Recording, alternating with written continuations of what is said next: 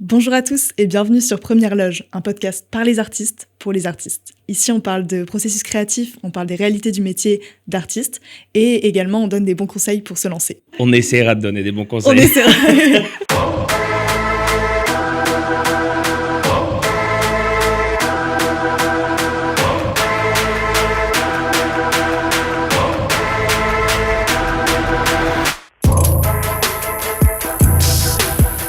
Aujourd'hui, je reçois Loïc Suberville qui est acteur et créateur de contenu sur les réseaux sociaux. Vous avez certainement vu passer ses vidéos très humoristiques et absurdes. Pour ceux qui ne te connaissent pas aujourd'hui, comment est-ce que toi tu te présentes ? Je m'appelle Loïc Suberville, j'ai 29 ans, donc presque 30, donc ça commence à le sentir. En fait, pendant très longtemps, je me présentais comme comédien parce que j'ai fait des études d'acteur, de théâtre, de cinéma, mais après un peu naturellement, disons, sans vraiment... C'est pas que j'ai pas essayé, mais sans vraiment le vouloir, je suis rentré dans le monde des réseaux. Et c'est là où je fais mon contenu et c'est là où je me suis fait connaître. Et ça fait plaisir parce que ça aide du coup aussi ma carrière en tant que comédien. Donc c'est cool. Mais j'aime me présenter en tant que comédien. D'où est-ce que ça te vient un petit peu cet intérêt pour les cultures et les langues ? Pareil, ça s'est fait...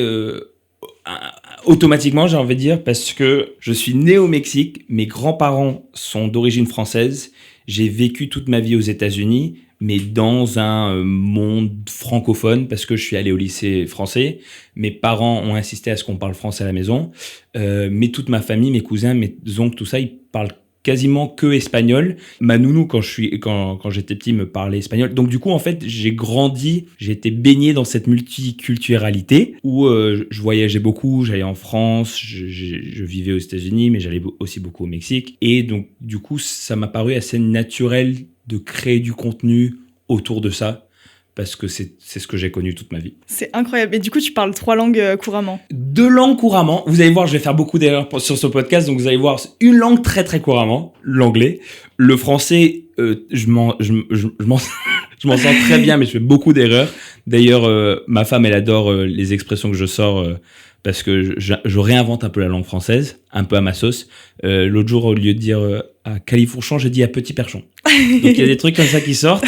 Et l'espagnol, je m'en sors très bien. Quand je vais au Mexique, ça me prend un peu de temps avant d'être à l'aise, mais c'est la langue que je pratique le moins de beaucoup. Donc ouais, j'aimerais bien mieux parler espagnol. Mon grand frère qui a 6 ans de plus que moi, qui du coup a déménagé quand il avait 8 ans, pardon, et moi j'avais 2 ans quand on a déménagé au Mexique. Lui, il parle couramment, mais vraiment, ma sœur, elle était prof d'espagnol pendant un moment, donc eux, vraiment, ils sont à l'aise, parce qu'ils ont encore beaucoup d'amis au Mexique, ils y vont plus souvent, et ouais, moi je le parlais moins aussi pour une raison de gêne, et j'avais un peu honte, parce que mes grands frères, ils se moquaient un peu de moi quand je faisais des erreurs, je leur en veux pas, mais forcément, moi, j'avais honte du coup, et je le parlais beaucoup moins qu'eux. Et ouais, donc je parle beaucoup mieux anglais et français qu'espagnol, mais je m'en sors. Et c'est pour ça que tu as aussi fait un focus sur l'anglais et le français dans tes vidéos. Ouais.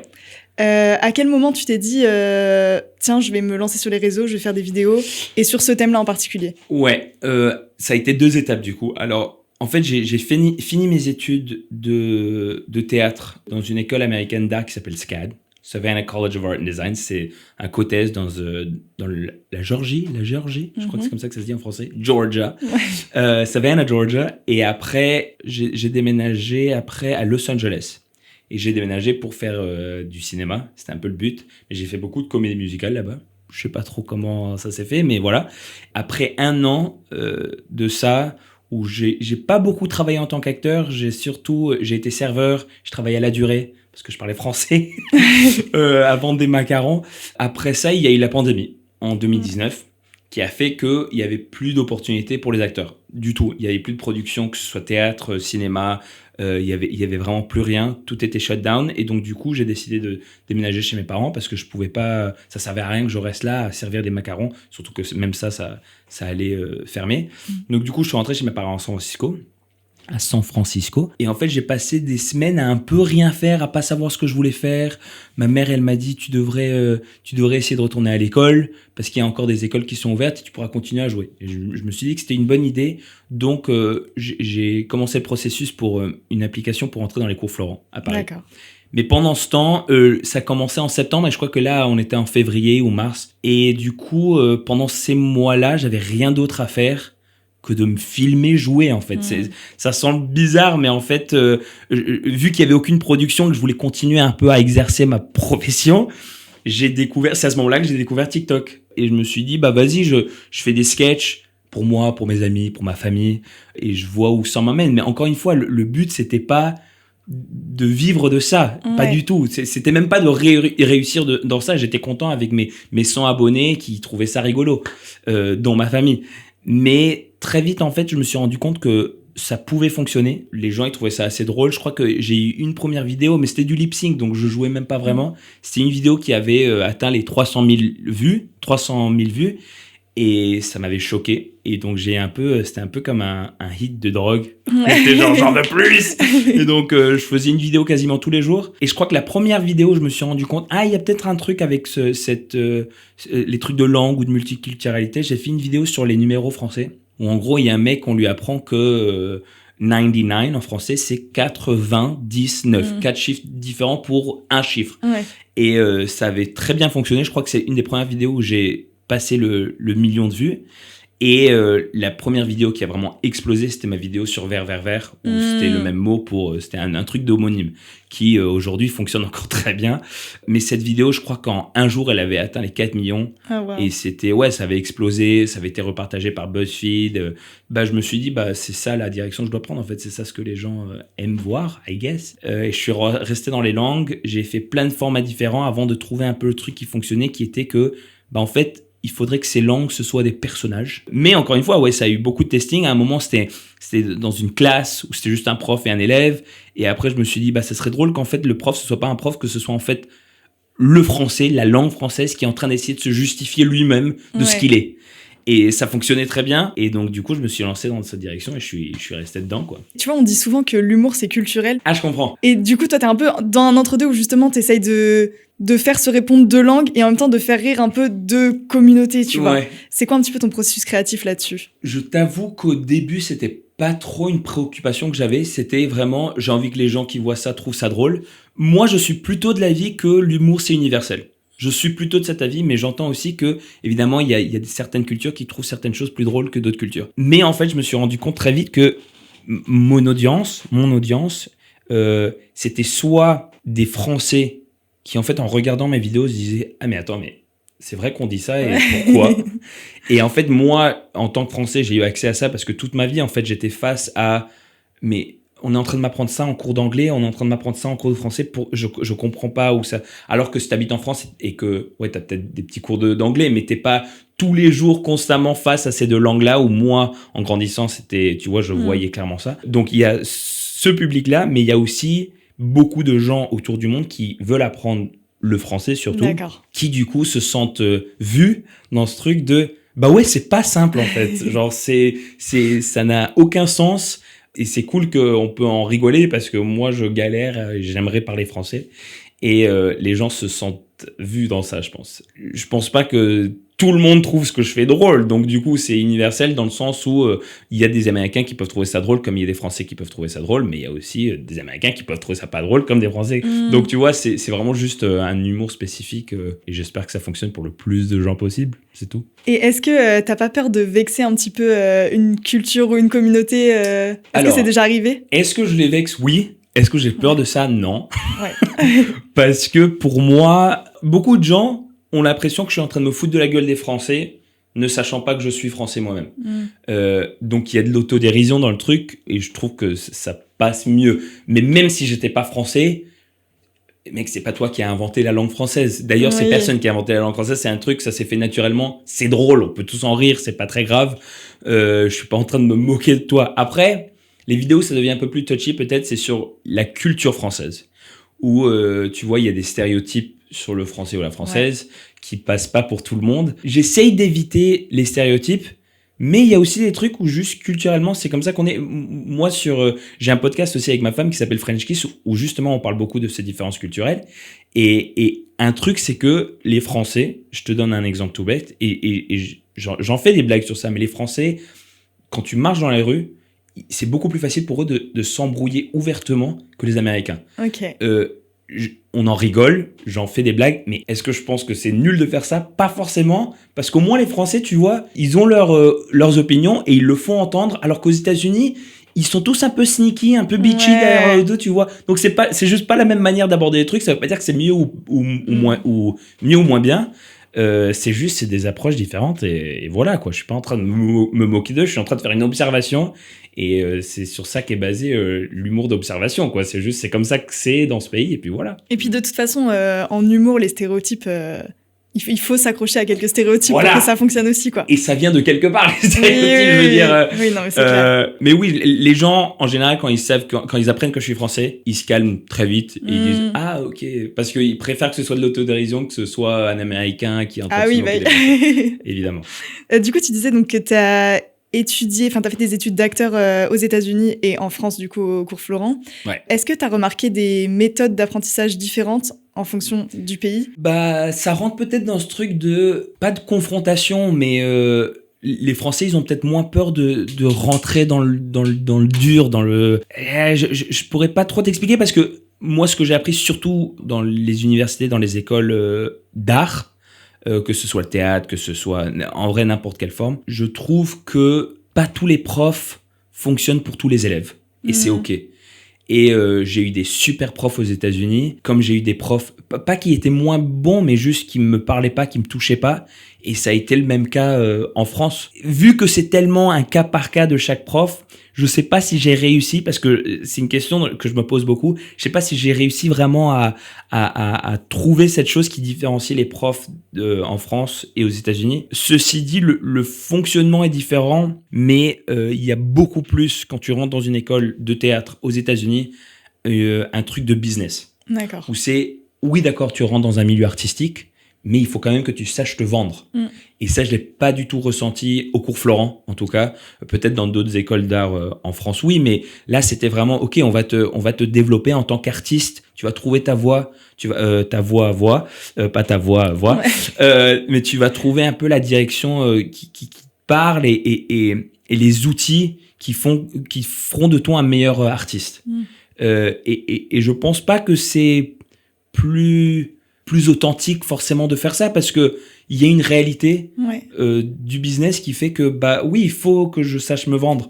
On a un problème nous les acteurs, c'est qu'on veut être hyper multidisciplinaire, ça se dit ça? Genre on veut très polyvalent. Polyvalent, on veut être vu pour un rôle sérieux, dramatique, mais on veut aussi que les gens nous considèrent pour des rôles comiques, ce qui est très bien. Et il y a plein d'acteurs qui arrivent à faire ça, mais c'est bien aussi de savoir ce pourquoi les gens te veulent dans leur projet. Oui. Et si tu arrives à te vendre comme étant... Et moi, je suis un acteur, j'arrive... Genre, je suis super pour tout ce qui est comique.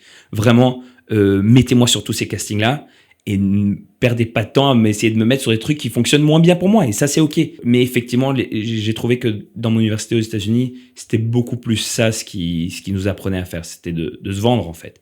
Ce qui, je pense, est très engrainé dans la culture américaine qui est... culture du business et du capitalisme, alors qu'en France, il y a quand même un truc un peu plus... Donc, je suis content, en vrai, d'avoir connu les deux, parce que je pense que les deux m'ont fait grandir en tant qu'artiste, mais de manière différente. Mais je trouve que ça en dit long de la manière de la place des artistes un petit peu en France, tu vois. Il y a vraiment ce truc c'est des métiers passion, mais c'est un peu déconnecté de tout, et c'est aussi difficile, du coup, d'y accéder et de se dire, je vais en faire mon vrai métier, et c'est possible. Ouais, peut-être. C'est une approche totalement Mais il y a différente. peut-être aussi ce truc en France de l'artiste souffrant, quoi. Tu vois, l'artiste qui trouvera jamais un métier, mais qui est tellement dans l'art du truc que c'est pas grave. Ouais, un peu un truc très pur de je me donne à l'art et... Voilà. Et si tu gagnes pas ta vie, tant pis. Ouais, c'est un peu ça. Non, mais vraiment. Et en termes de jeu, très spécifiquement, tu ressens quelle différence entre ce qu'on te demande de jouer en France et la manière dont on te demande de jouer versus aux États-Unis? Et encore une fois, ça peut juste être une question des profs particuliers que j'ai eu et de l'école dans laquelle j'ai fait des études. Mais j'avais quand même un feeling que le théâtre, la base du jeu, était beaucoup plus important en France qu'aux États-Unis. Aux États-Unis, j'ai fait plein de workshops sur ok, comment on va faire pour que ça passe bien devant la cam. Il faut être subtil, il faut être hyper réel. Il faut que ton personnage ressente les choses et ça va passer à la cam. Et un peu pareil pour le théâtre où c'était un peu plus tu vas prendre ce qu'on te donne et après ça va ressortir naturellement, tu vas le sentir, ça va passer. Alors qu'en France, j'avais beaucoup plus l'impression que c'était un truc de ok, comment est-ce que le public va percevoir ce que tu es en train de faire. Tu vois, il faut que tu joues de cette manière pour que cette scène fonctionne. Et je dis pas que c'était que les mouvements étaient du coup beaucoup plus chorégraphiés. Ouais. C'était pas ça. C'était juste, j'avais l'impression que c'était beaucoup moins, peut-être, dans le ressenti et plus dans... j'ai un bon exemple, c'est qu'aux États-Unis, c'est de l'intérieur vers l'extérieur. Et alors que en France, j'ai l'impression que c'est plus de l'extérieur vers l'intérieur. Quand tu administres un peu toutes les grosses techniques à savoir pour bouger, pour porter sa voix, etc. Ouais, peut-être. Okay. Peut-être c'était ça. Pour tes vidéos, c'est quoi pour toi une bonne idée de sketch ou une bonne idée de vidéo? À quel moment tu te dis, ok, ça respecte ces critères, je peux y aller? Waouh, moi, et c'est un peu contradictoire parce que je sais que la majorité des gens qui regardent les vidéos sur Insta n'en regardent que la première moitié. Mais moi, c'est la fin sur lequel je mets beaucoup d'importance et je sais pas pourquoi. Mais en fait, j'ai besoin, moi, pour qu'une blague fonctionne, en fait, il faut un punchline. C'est comme ça qu'on appelle en anglais. Je sais pas comment ça se dit en français, mais en fait, il faut que ça se termine sur un banger, quoi. Tu vois, comme ça, tu dis, trop drôle, je vais la remater. Mais ouais, pour moi, il faut juste qu'il y ait une structure assez claire de début, milieu, fin. Où il faut que ça se termine sur une blague. Et tant que j'ai pas trouvé une fin que je trouve drôle ou qui me satisfait de cette manière-là, je l'enregistre jamais. Et il m'est déjà arrivé de commencer à enregistrer sans savoir comment ça va se terminer. Je me dis, vas-y, dans l'impro, ça va venir. Et il y a des fois, ça arrive et la majorité du temps, je me dis, ouais, ça, je sais pas, ça marche pas. Ouais. Donc ouais, et je trouve que les vidéos qui fonctionnent le mieux, c'est les vidéos qui me viennent spontanément, mais où tout me vient spontanément. En fait, je vois le début, le milieu, la fin de ce sketch et je me dis, je dois le tourner tout de suite. Et c'est ça aussi la beauté des versions courtes que je fais, c'est que c'est hyper spontané et le moment où j'ai l'idée, je peux l'enregistrer. Et moi, avec mon cerveau de, comment on appelle ça en français, ADHD, TDAH, si je l'enregistre pas là maintenant, je le ferai jamais. Donc du coup, ouais, pour qu'une vidéo fonctionne bien, pour moi en tout cas, faut qu'il y ait une bonne fin. En soi, t'as raison, et beaucoup d'œuvres jouent aussi sur la fin, c'est hyper important, le début à la fin, mais sur les réseaux sociaux, tu vois, j'ai l'impression que le début doit être genre 100 fois plus important. Moi, je me suis rendu compte d'un truc avec ma femme, c'est que 90% des réels que je lui envoie avant de regarder la fin. Ouais. Parce que je sais ce que c'est en train de raconter. Dès le début, tu sais ce que ça va raconter. Tu sais un peu, c'est trop drôle, on en a parlé avec ma femme, ou trop drôle, c'est un sujet qui nous parle. Et tu l'envoies. Et c'est ça ce qui fait que l'algorithme, voilà, on connaît bien. Mais très rarement, moi en tout cas, ça revient à mon TDAH, moi je regarde pas toutes les vidéos tout le temps. Même, j'ai envie de dire rarement, ça je sais pas. Mais oui, clairement, c'est pas la partie qui compte. Il y a tout un truc pour l'algorithme où c'est, ok, est-ce qu'ils ont regardé les 3 premières secondes de ta vidéo? Et les 3 premières secondes sont hyper importantes et j'y mets si peu d'importance.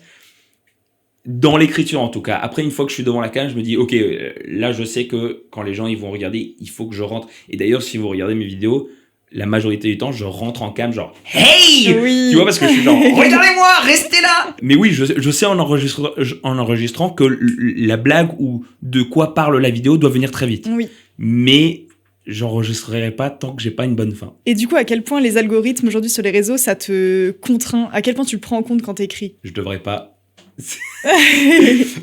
Mais pas mal quand même. En fait, moi, ce qui m'embête le plus, c'est que quand une vidéo fonctionne, mon cerveau il fait un peu, ok, comment je peux recréer ça, comment je peux refaire ça, alors que oui, d'accord, si tu fais genre peut-être une part 2 à une vidéo, ça peut fonctionner, mais si t'essayes toujours de recréer quelque chose qui a fait rire, ça perd un peu d'authenticité. Ouais. Et c'est ce que j'essaye d'éviter. Mais forcément, et c'est vraiment des trucs arbitraires, genre des trucs qui n'ont aucun sens. Je me dis, ok, c'était grand comment les sous-titrages, peut-être c'était ça ce qui a fait que la vidéo fonctionne, mais comme si c'était ça ce qui faisait. Donc ouais, malheureusement, forcément quand une vidéo perce ou quand une vidéo fonctionne hyper bien, tu l'as toujours dans le coin de ta tête, tu repenses à ok, qu'est-ce qui a fait que ça fonctionnait. Et c'est bien aussi de travailler comme ça parce que tu te dis, ok, qu'est-ce qui a plu aux gens?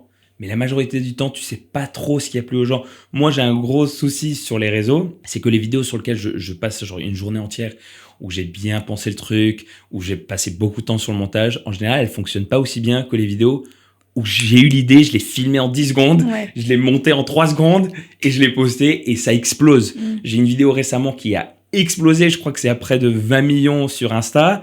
J'ai pensé à juste enregistrer ma femme en train de chanter une chanson et ça a explosé. Je me dis, mais moi, je me casse le cul à faire des trucs et ça explose. Donc j'essaye vraiment de juste faire des trucs que moi, je trouve drôles. Et c'est comme ça que j'ai commencé et je pense que ça m'a beaucoup aidé au début à juste faire des trucs qui me plaisent à moi et que je trouve qui ont de la qualité et qui ont, tu vois, c'est pas forcément réfléchi, mais juste je trouve, ok, c'est pas un truc, je suis pas en train d'essayer de gratter un truc ou d'essayer d'amener les gens vers moi, c'est moi je vous donne ça, cadeau, et en général c'est cela qui fonctionne le mieux. Quand je pense pas à l'algorithme ou parce que personne connaît vraiment l'algorithme, personne connaît vraiment ce qui fonctionne. Et ça change tellement vite aussi qu'on peut pas trop... voilà, faut juste faire ce que toi tu aimes. Moi, je me dis, si je suis content avec ma page, personne va beaucoup sur les pages de gens et regarde toutes tes vidéos. Ça compte pour 3% les gens. Oui, c'est vrai. Mais vraiment, moi, je me dis, tant que je suis satisfait avec ce qu'il y a sur ma page, ça va. À quel point t'écris beaucoup tes vidéos? Tu laisses quand même une grande part à l'impro ou... Une grande part à l'impro, une grande part à ma douche. J'ai l'idée et je me dis, ok, là j'ai une bonne idée, je vais rentrer dans la douche, je vais y passer 15 minutes à me faire le sketch tout seul dans la douche.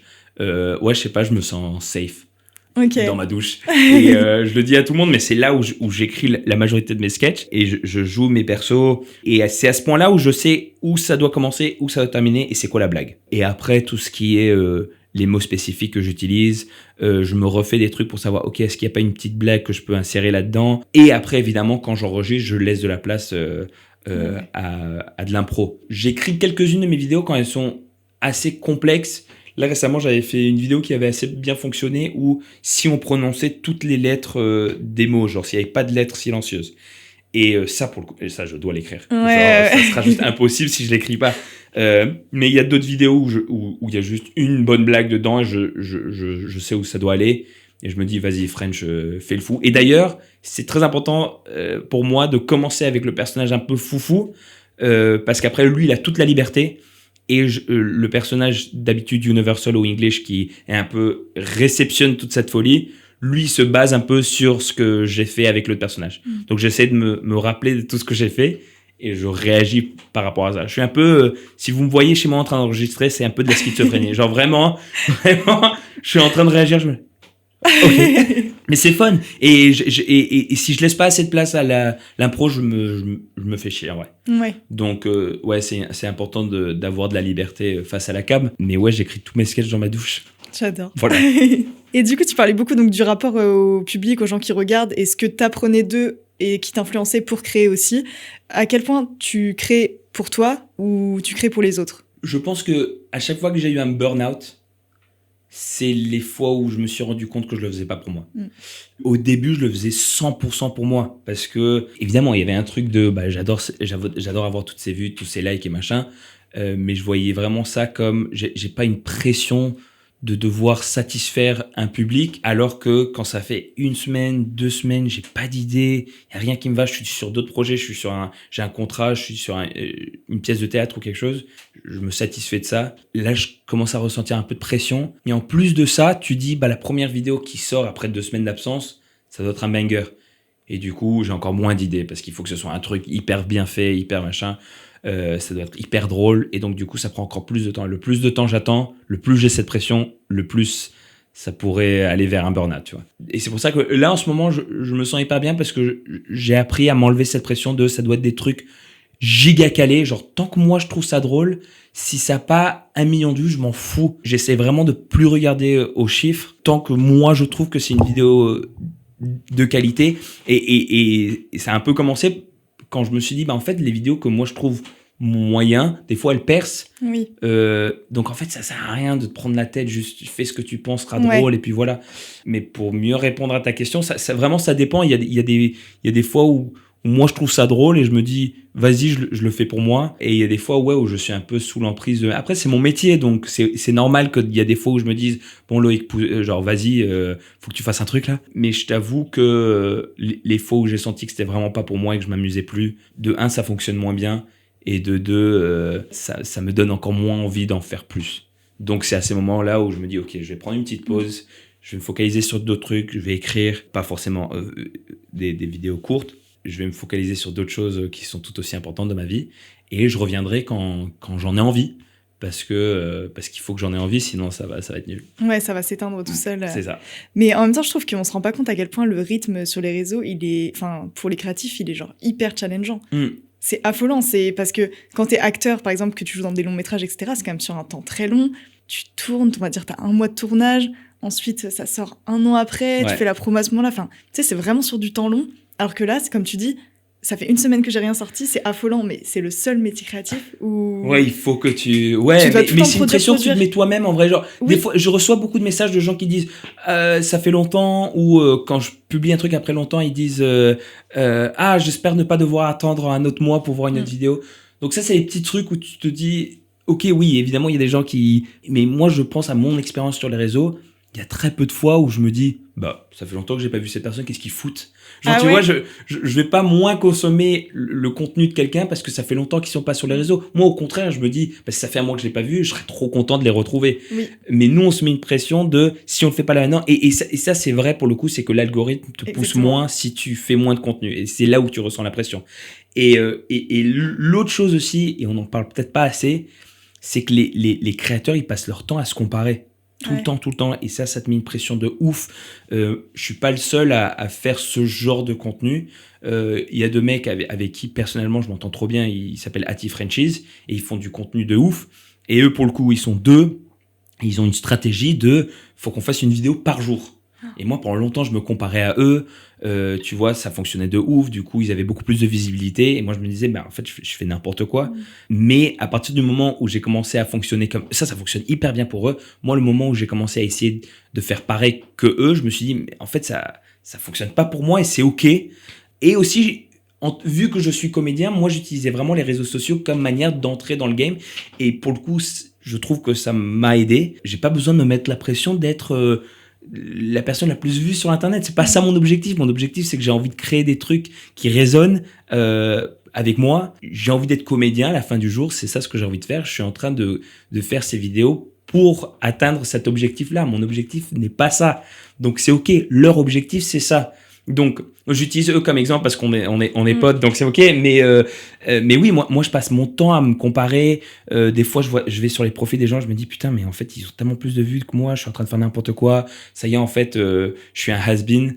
Ça fait 4 ans que je fais ça. Les gens, ils s'en foutent maintenant. Et ça, c'est dur pour le moral. Parce que tu te dis, qu'est-ce que je suis en train de faire? Et ouais, ce que tu dis de créer pour moi, ça m'aide pour moi dans ma vie perso, mais ça m'aide aussi à créer du contenu que les gens vont aimer. Donc, faut arrêter de comparer. C'est clair. Mais c'est dur. Mais franchement, on m'en parle très rarement. Il y a très peu de créateurs de contenu qui m'ont dit, en vrai, nous, on se compare, on regarde les stats, etc. Donc, je sais pas s'il y a un peu un tabou autour de ça. Peut-être. Parce que j'ai l'impression que chacun est dans sa niche et un peu sûr de ce qu'il fait. Ouais. Mais en fait... moi, tous les créateurs que je regarde, je m'imagine pas eux en train de se comparer parce que... Ouais. En général, je me compare avec les gens qui sont ils sont en top of their game, tu vois. Mais en même temps, moi, quand je montais au tout début, quand vraiment, genre, il y a eu une année en 2022 sur YouTube où j'étais, je crois, la chaîne qui a reçu le plus de follow en 1 an cette année-là. Mais vraiment parce que j'étais un des seuls à faire des shorts. Et ça venait d'être introduit en France. J'en faisais déjà aux États-Unis. Quand je suis venu, la transition s'est faite naturellement. Et donc, du coup, mon compte a explosé. Moi, à ce moment-là, je me comparais avec personne. Genre, à la fin de l'année, un des représentants de YouTube m'a dit cette stat, j'étais trop content. Mais je me disais pas, je passais pas mon temps. C'est quand tu te sens un peu fébrile, c'est à ce moment-là où tu te compares et c'est à ce moment-là où tu devrais pas te comparer. Ouais. Après, je pourrais pas te dire si tout le monde fait ça. Peut-être moi, j'ai un truc je passe mon temps à voir quelque chose, je me dis, j'aimerais faire ça.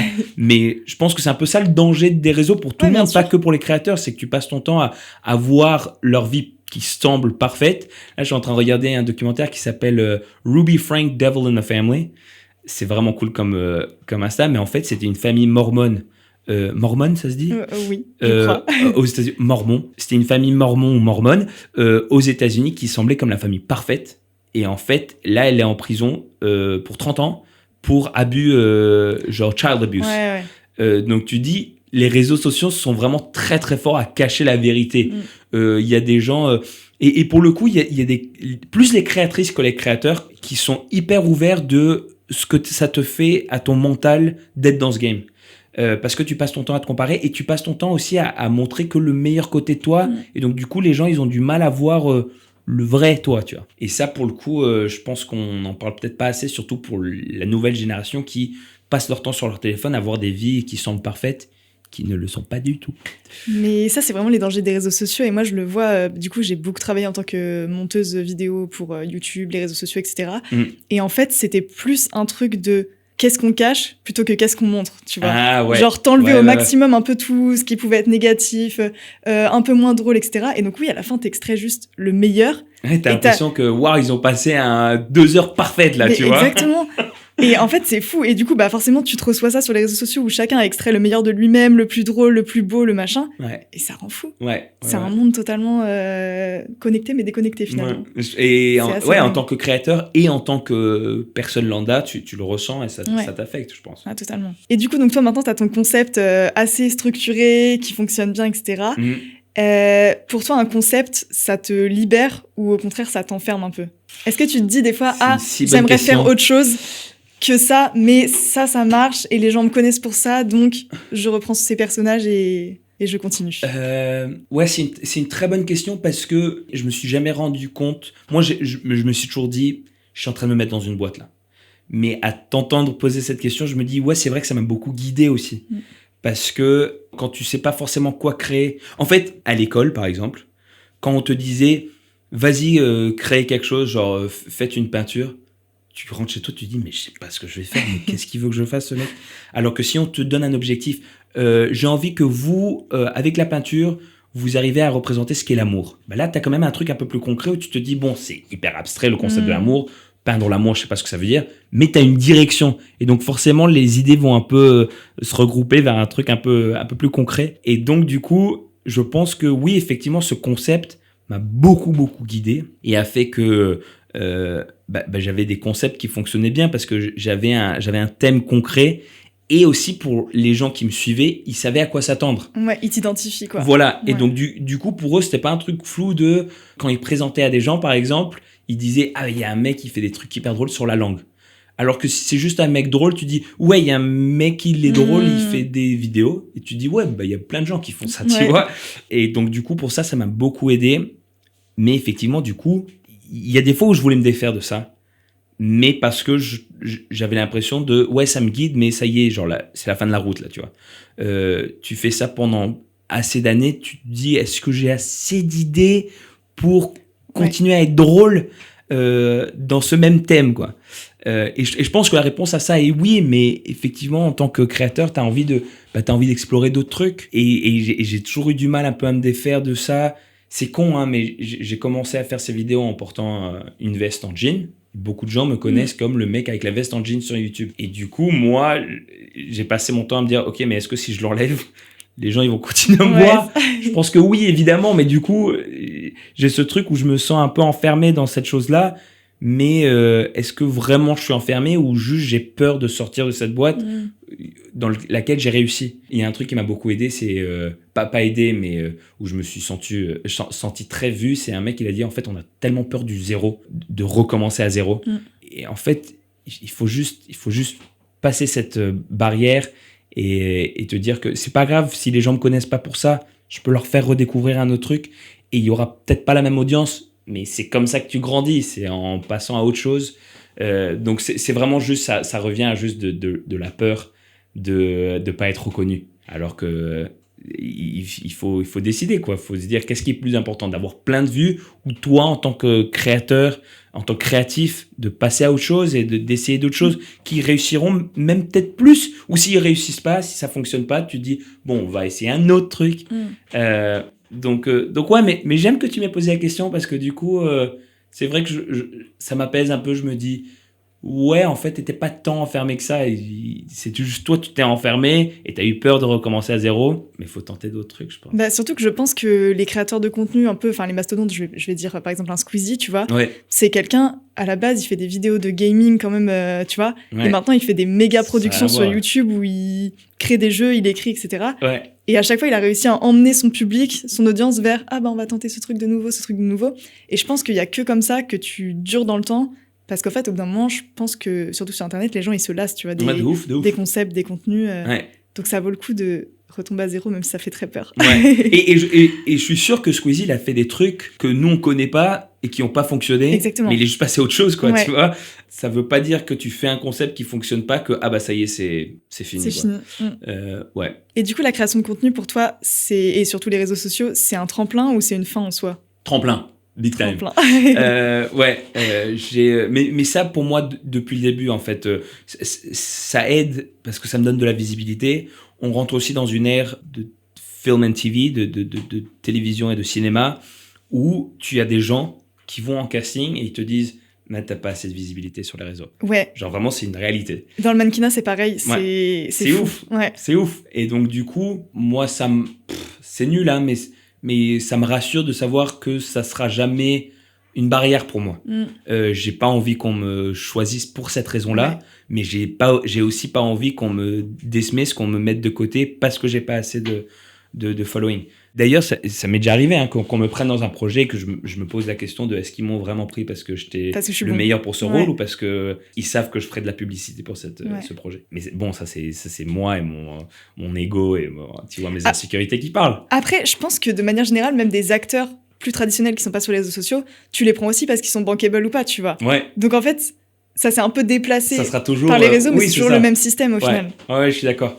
Mais du coup, c'est un tremplin dans le sens où moi, si demain, on me dit, bon, ok, tu peux plus jamais créer du contenu, mais vas-y, on te met dans toutes les séries, dans tous les films que tu veux, moi, je fais ça. C'est ça, c'est ça ce que j'ai envie de faire, quoi. J'ai envie d'être comédien, j'ai envie d'être sur le plateau, que ce soit de la comédie musicale, du théâtre, du cinéma, de la télévision, n'importe quoi. Moi, c'est ce qui me passionne. Moi, je me suis jamais vu comme écrivain, alors que j'aime beaucoup ça, hein, mais je préfère être utilisé comme un outil pour raconter des histoires que de moi.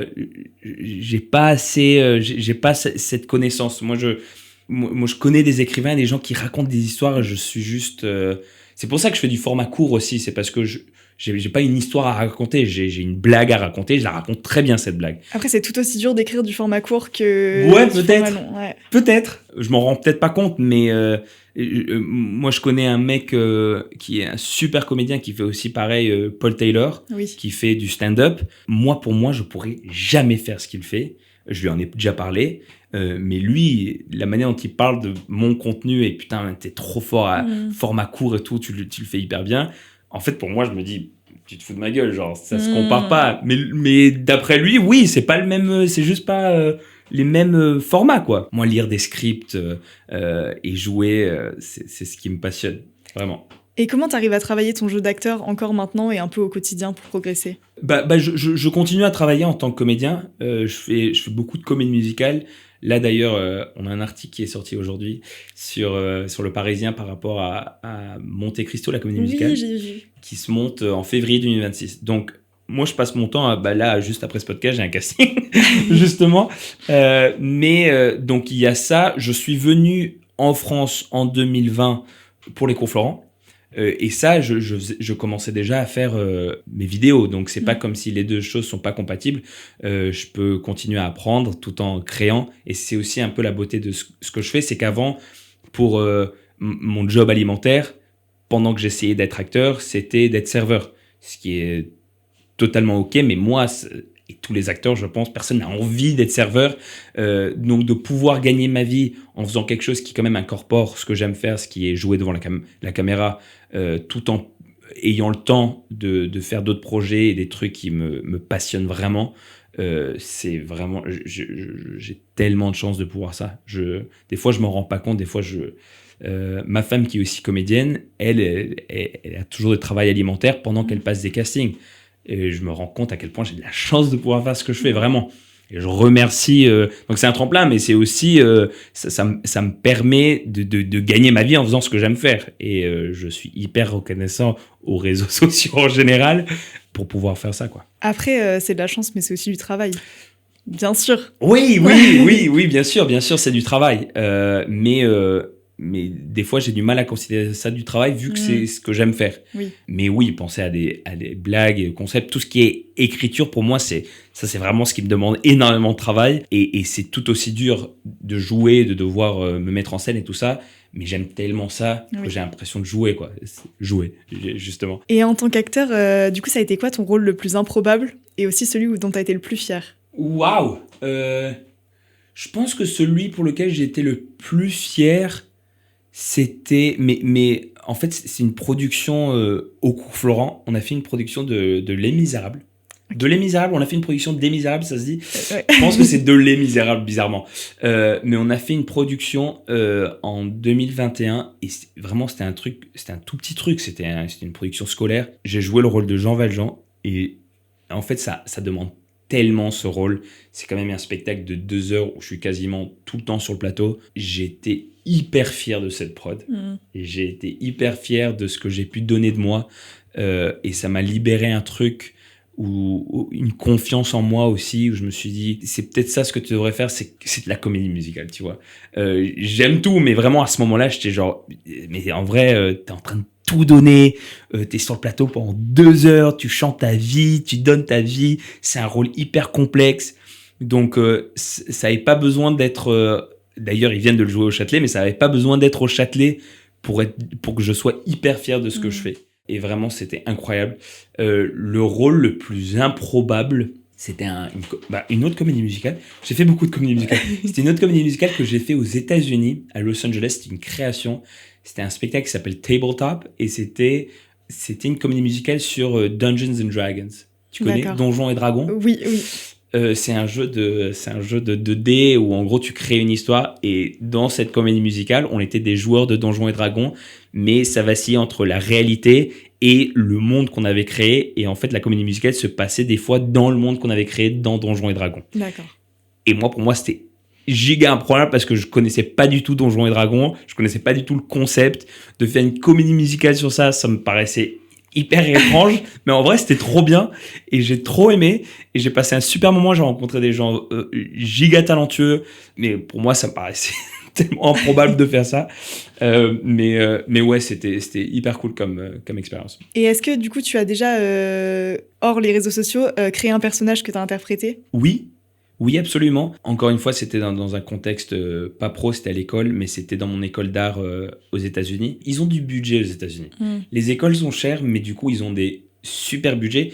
Et d'ailleurs, quand je suis venu au Cours Florent et que je leur avais montré un peu ce que j'avais fait, il y avait un prof, il m'a dit « Pourquoi tu viens ici alors que tu avais fait des trucs quand même cool ?» Mais en fait, mais encore une fois, c'est ce que je disais, c'est que j'ai jamais été plus fier d'avoir fait un spectacle alors qu'il y avait très très peu de décors, mais en tant que comédienne, tu donnes tout. Donc, ça n'a rien à voir, mais bon. Mais on avait fait un projet, c'était un sitcom multicam. Donc, il y avait 4 caméras, on était face à un public et ils avaient créé un set, mais un truc de malade. Et j'avais aidé à la réalisation de mon personnage parce qu'en fait, quand ils avaient un script de base, et dans ce script, il y avait deux personnages principaux, et ça se passait dans un coffee shop, un peu à la Cheers. Je sais pas si tu connais, c'est un sitcom qui se passe dans un bar, mais là c'était pareil, mais c'était dans un truc dans un café, dans un comment on dit en français, oui, un café. Ouais, dans un café. Pardon. Et du coup, et quand j'ai passé l'audition, je l'ai passé avec un pote à l'époque, et ils ont dit, mais en fait, ça a rien à voir ce que tu proposes avec ce qu'on avait en tête. Mais on aime beaucoup ce que tu proposes et on va créer un 3e personnage qui a plus ce vibe-là. Et donc, du coup, avec eux, on avait réécrit ce personnage. On les avait en fait, au lieu de 2, ils étaient 3 du coup, donc on les a un peu split en 3. Mais j'avais aidé dans la conceptualisation de ce personnage et c'était trop bien. Et je crois que c'est à ce moment-là où je me suis dit, peut-être j'ai des petites capacités ça a ouvert un peu une porte pour moi où je me suis dit, peut-être je pourrais écrire des trucs drôles, des scripts. Et il y avait aussi beaucoup d'impro qui est rentré dedans, et ça aussi, ça m'a ouvert une autre porte. Mais ça a été un peu ma première expérience, même si c'était pas professionnel, où je me suis dit, peut-être il y a quelque chose là que je pourrais faire. Et c'était vraiment une super expérience, et j'ai beaucoup, beaucoup aimé. Mais, pour te dire la vérité, ça ressemblait beaucoup à French, tu vois. Oui. Donc tout, en fait, revient un peu à ce personnage. Et je pense que quand j'ai créé French, je me suis dit, bah ça fonctionne. Donc moi je vois pas forcément les Français comme étant des hello, tu vois, et je l'ai créé comme ça parce que je savais que c'était un peu un personnage foufou et que ça fonctionnait, et donc je suis allé dans cette direction. Mais donc, bizarrement, je trouve que French, il a un côté très américain, justement, dans le hey. Bonjour. T'as totalement raison. Mais bon, les gens, ça leur plaît. Donc, il est sûr de lui. Ça, c'est un truc qui est très français, c'est qu'il est sûr de lui et qu'il y va à 100%. Mais oui, son côté hyper souriant et hyper. Je sais pas si on considérerait ça très French. Et quel conseil tu donnerais à quelqu'un qui veut devenir acteur? Mamma mia. Je vais commencer par un conseil qu'on m'a donné que j'ai beaucoup aimé. Je ne suis pas sûr si c'est le meilleur conseil. Le conseil qu'on m'a donné, c'était ne pas avoir de plan B.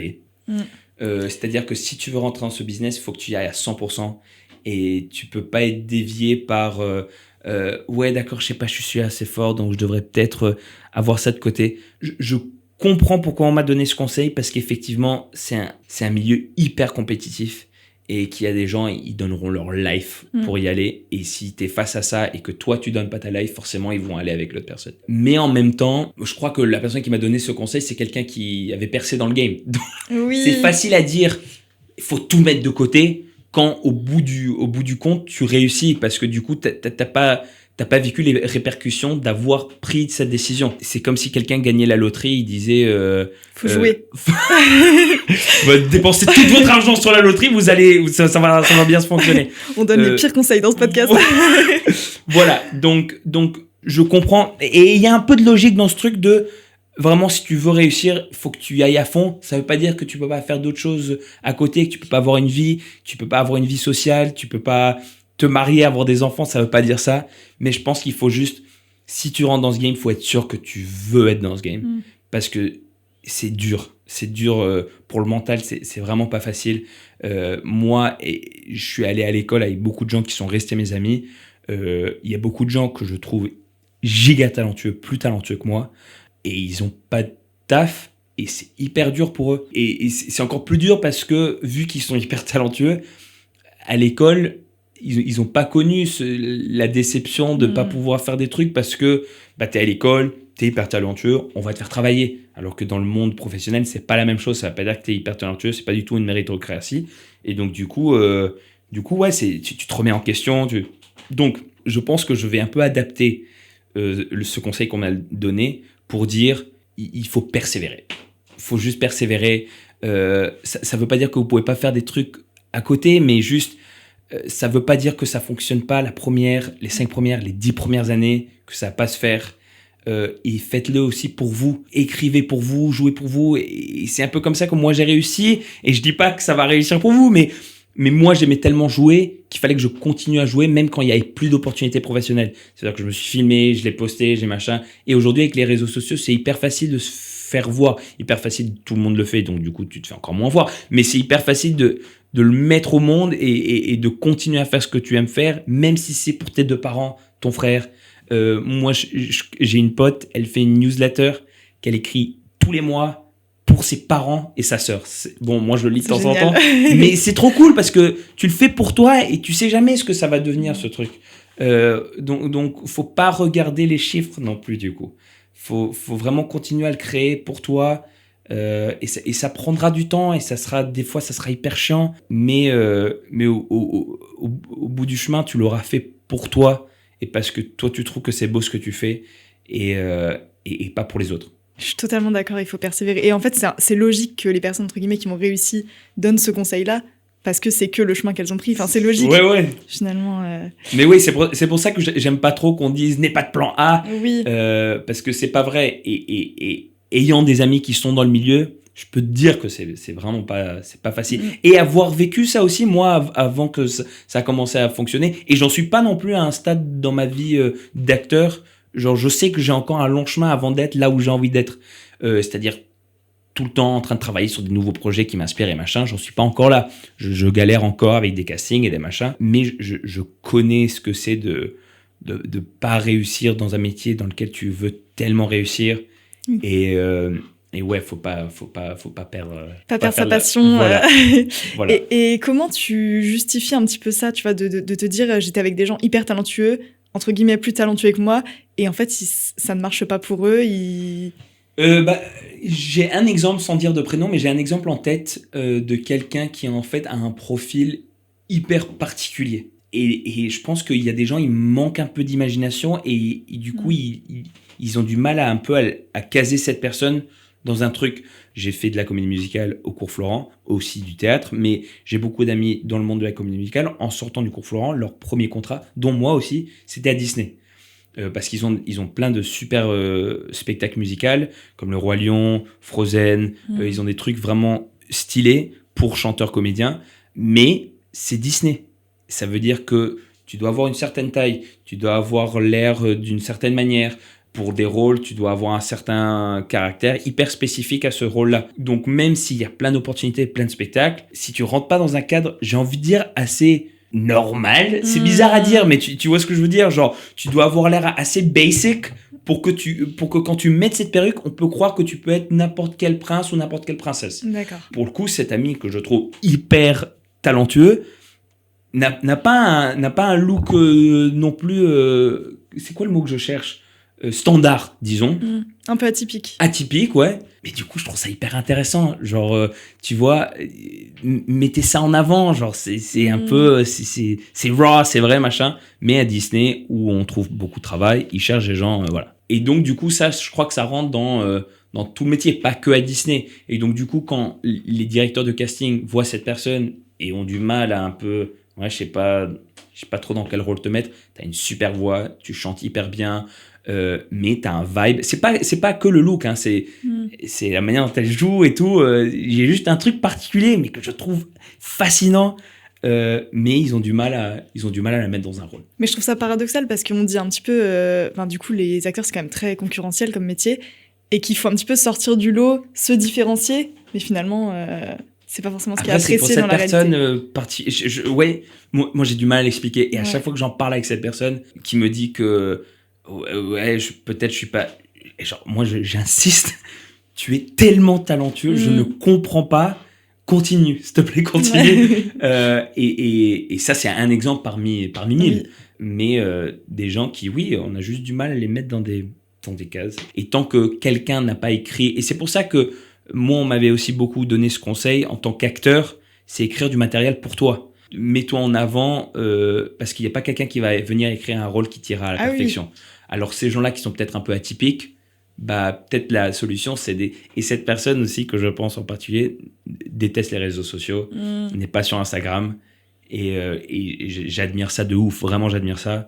Mais malheureusement, aujourd'hui, en tant qu'acteur, c'est ton CV, ton Instagram. Ouais, bien sûr. La première chose que les directeurs de casting vont faire, c'est d'aller sur ton Instagram, voir ce que tu as fait, voir à quoi tu ressembles, voir tes projets.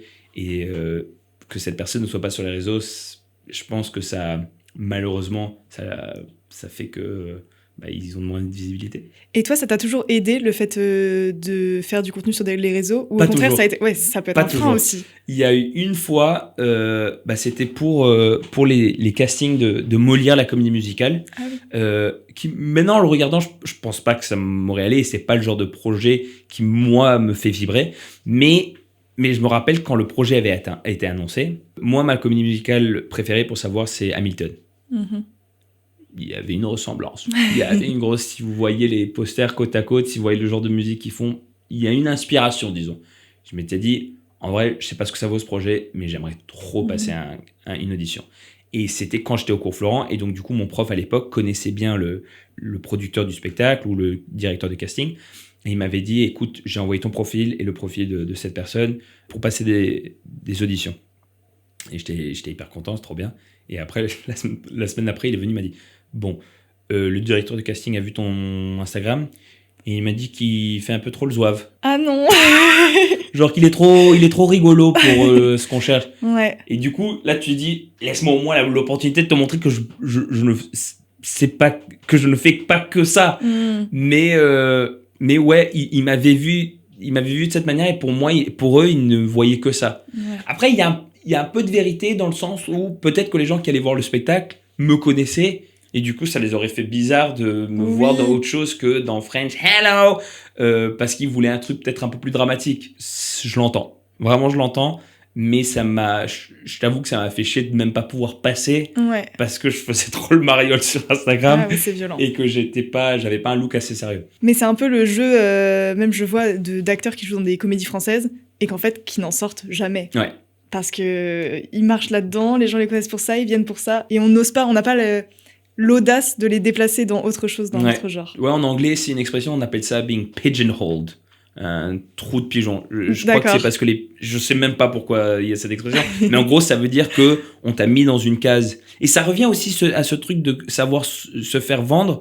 Ça peut aussi être au détriment du fait que tu ne feras que ça. Ouais. Et ça, c'est hyper dur. Mais je pense qu'on voit de plus en plus de gens. Je crois que Jim Carrey, c'était un des premiers où on était choqués de voir quelqu'un qui faisait que de la comédie faire un truc sérieux. Tu te dis, ah ok, non, en fait, genre, en général, ceux qui savent rire, c'est ceux qui sont les meilleurs comédiens, justement parce que pour faire rire, il faut une sincérité. C'est pas drôle si t'es pas sincère. Et je pense que de plus en plus, on se rend compte que avoir une capacité en tant qu'humoriste, en tant que comédien, dans le sens comédie, ne fonctionnera que si c'est des bons acteurs. Et on les fait passer. Alors que des acteurs dramatiques ne sont pas forcément très bons en comédie. Et je dis pas que tous les gens qui sont drôles sont forcément des bons, mais je pense qu'on est en train de se rendre compte de plus en plus qu'on peut faire ça. T'as des acteurs comme Steve Carell qui se sont fait connus pour The Office, pour un rôle très spécifique, très drôle, qui maintenant fait tout. Il fait tout parce qu'on le croit. On le croit dans n'importe quel rôle. Donc je pense que c'est de moins en moins un problème en général.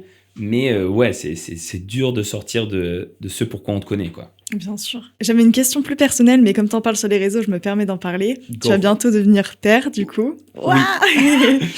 J'avais hésité de mettre mon t-shirt, je peux pas, je vais être papa, mais J'adore. C'est un peu la honte de sortir de chez soi avec ce t-shirt. J'adore. Est-ce que tu aimerais que ton fils ou ta fille partage ta passion d'artiste, ou tu aimerais au contraire l'éloigner le plus possible de ce milieu-là, honnêtement? J'ai envie de te dire que je m'en fous. Dans le sens où vraiment ma priorité c'est que mon enfant trouve une passion. Ça peut être la finance. Et tant qu'ils aiment ça passionnément et qu'ils y vont, moi je serai content pour eux. J'aurais peur s'ils décident de vouloir être comédien parce que c'est dur et que pour le mental ça coûte cher. Mais je t'avoue que je serais trop content de partager cette passion avec mon enfant. Ma femme aussi, qui est comédienne, qui adore les comédies musicales aussi. On passe notre temps à s'imaginer en train de chanter des chansons de comédie musicale avec ton enfant. C'est les rêves. Et en général, tu vois, si les gens qui aiment jouer, chanter, c'est des gens qui, à la base, ont une capacité de se mettre devant les autres et d'être à l'aise et d'être bien et de vouloir... avoir une voix et d'être entendu, et j'espère ça pour mon enfant vraiment. Donc je me dis que naturellement, si on élève notre enfant à être ok, à être devant les gens et à être expressif et à vouloir chanter, danser, machin, que naturellement ça les amènera peut-être vers cette voie, parce que ce sont des valeurs que moi et ma femme on partage, qu'on aimerait donner à notre petit ou petite. Mais oui, si je te cache pas que j'aurais un peu peur pour notre enfant s'il décide elle décide de rentrer dans ce business, parce que c'est dur. On sait ce que ça coûte. c'est ça. Mais je serai tout aussi supportive, tout aussi je les soutiendrai quoi qu'ils décident de faire. Et moi, j'ai eu beaucoup de chance parce que mes parents l'ont été. D'ailleurs, c'est un peu mon père. Moi, j'ai fait des études de cinéma. Et après la première année, c'est un peu mon père qui m'a dit mais tu sais, t'aimais beaucoup le théâtre au lycée. Ça te passionnait beaucoup, t'étais bon. Et moi, je me suis dit ouais. Et donc, du coup, j'avais décidé de prendre des cours de théâtre à l'université. Parce qu'aux États-Unis, tu as un système de major and minor, où en fait, ton major, c'est ce que tu étudies, c'est ta voie principale, mais tu peux aussi prendre des cours pour étudier un minor. Et j'avais pris, du coup, un minor Performing Arts. Et au bout de 2 ans, j'ai fait le switch. Et j'ai major en Performing Arts, minor in Film and TV. Et là, à ce moment-là, mon père, il a dit « T'es sûr de où, là ?» Parce que pour lui, tu pouvais trouver du travail plus stable si tu étais derrière la caméra. Genre, tu peux travailler pour une boîte, de prod, alors que en tant qu'acteur, tu es vraiment au dépend d'un projet à un autre projet. Tu travailles pas pour une boîte d'acteurs où tu te fais payer tous les mois. Tu vois, c'est pas la même chose. Et donc, il avait un peu peur, mais il m'a jamais dit que c'était une mauvaise idée non plus. Et j'espère être aussi courageux pour mes enfants s'ils décident qu'ils veulent faire un truc qui, pour moi, me semble, tu vois, un peu risqué, de leur dire vraiment, fais ce que tu sens. Je serai là pour toi, quoi. C'est très beau. J'ai hâte de voir votre famille de comédiens. Moi aussi, j'ai hâte. Et quel film tu as hâte de lui faire découvrir et pourquoi? Oh, tellement, je passe mon temps à... Avec ma femme, on a une watchlist. Attends, tu sais quoi, je vais la sortir.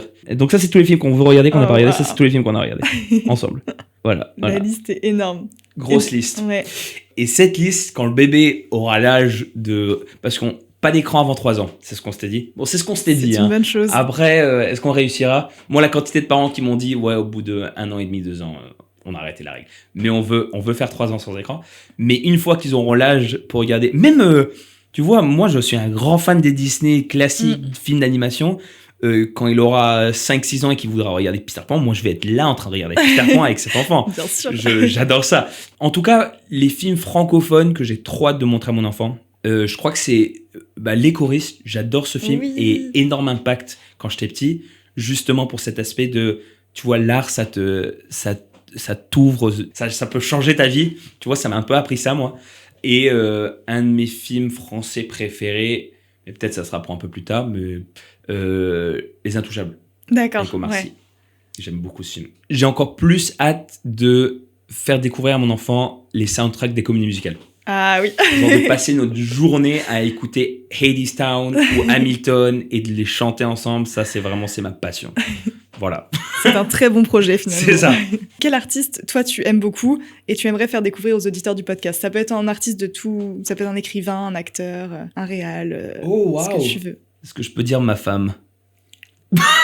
C'est une bonne réponse que vous pouvez retrouver dans un podcast, je crois. Je pense que je ne serais pas tombé amoureux d'elle si artistiquement elle me bluffait pas. Donc ouais, moi j'ai qu'une hâte et c'est un autre exemple de quelqu'un où je lui dis faut juste rester dans le game parce que je ne vois pas un monde où ça fonctionnera pas pour toi parce que t'es giga talentueuse selon moi. J'aimerais trop que plus de gens, et justement on travaille ensemble, on est en train d'écrire une série ensemble qui prendra des années avant que ce soit produit, mais incroyable. Ouais, mais le personnage qu'on a écrit pour elle, c'est pour mettre en avant ce que moi je sais fonctionne trop bien dans la manière dont elle joue et tout ça, donc trop hâte que les gens découvrent ça et la découvrent elle, parce qu'elle le mérite et je pense qu'elle a énormément de talent et ça joue un peu dans notre relation parce que effectivement moi j'ai eu beaucoup de chance et beaucoup de travail évidemment, mais il y a eu beaucoup de chance aussi qui rentrent dans trouver exactement ce qui fonctionne, ce qui fait que les gens... mais je me rends compte, à chaque fois que je fais une vidéo avec elle dedans, ça fonctionne mieux. donc, il y a de la chance, mais il y a aussi savoir comment se mettre en avant. Et oui, c'est pas du tout la réponse que tu cherchais, mais j'ai hâte de créer quelque chose avec elle et que les gens la découvrent. C'est très beau de vous tirer comme ça vers le haut l'un l'autre. Ouais, j'ai hâte. C'est beau. Dernière question. Pour conclure un petit peu ce podcast, c'est quoi pour toi la vie d'artiste? La vie d'artiste, c'est la vie. Vraiment, pour moi, c'est la vie. Je pense qu'il n'y a rien de plus beau que ça. Parce qu'en fait, tu passes ton temps à observer le monde qui t'entoure, les gens, tout en fait. T'es constamment en train de remettre les choses en question. Moi, quand j'étais petit, ma mère, elle disait que j'étais très rebelle. Je pense que je l'étais vraiment pas. Genre, je faisais très très peu de bêtises, mais effectivement, je remettais tout en question tout le temps. Et je pense que c'est ça ce qui m'a poussé à être artiste, en fait. Parce que tu passes pas ta vie à juste suivre un peu le flow et à te dire ouais, c'est comme ça que les choses sont. Et tu passes ton temps à te dire pourquoi c'est comme ça, est-ce que ça devrait être comme ça? Et je trouve ça trop cool. Donc peut-être une meilleure réponse, ça serait la vie d'artiste, c'est la remise en question du monde qui nous entoure et de nous-mêmes. Et je pense que plus de gens pourraient profiter de la remise en question. C'est super intéressant, je suis totalement alignée avec tout ça, vraiment. Je m'attendais pas à cette réponse, mais voilà. Très intéressant. Écoute, merci beaucoup pour ce podcast, pour tous les conseils que tu nous as donnés. Trop content d'être là. Magnifique petit studio. Super confortable canapé pour les prochains invités. Sachez qu'on est très bien là. Ça va donner envie aux gens de venir, j'espère. Merci beaucoup. N'hésitez pas à vous abonner au podcast Première Loge. Voilà, ça nous aide. Loïc, où est-ce qu'on peut te retrouver, toi? On peut me retrouver sur Loïc Cyberville Mon nom, mon prénom sur Instagram, TikTok, YouTube et aussi French Kiss qui est le podcast que j'ai lancé avec ma femme. Donc voilà, on est aussi sur YouTube mais aussi sur Spotify, Deezer et Apple Music. Quelle belle promo, j'adore. Allez écoutez et allez regarder les projets de Loïc. Nous, on va suivre ça de très près, bien sûr. Et à très bientôt sur Première Loge. Au revoir.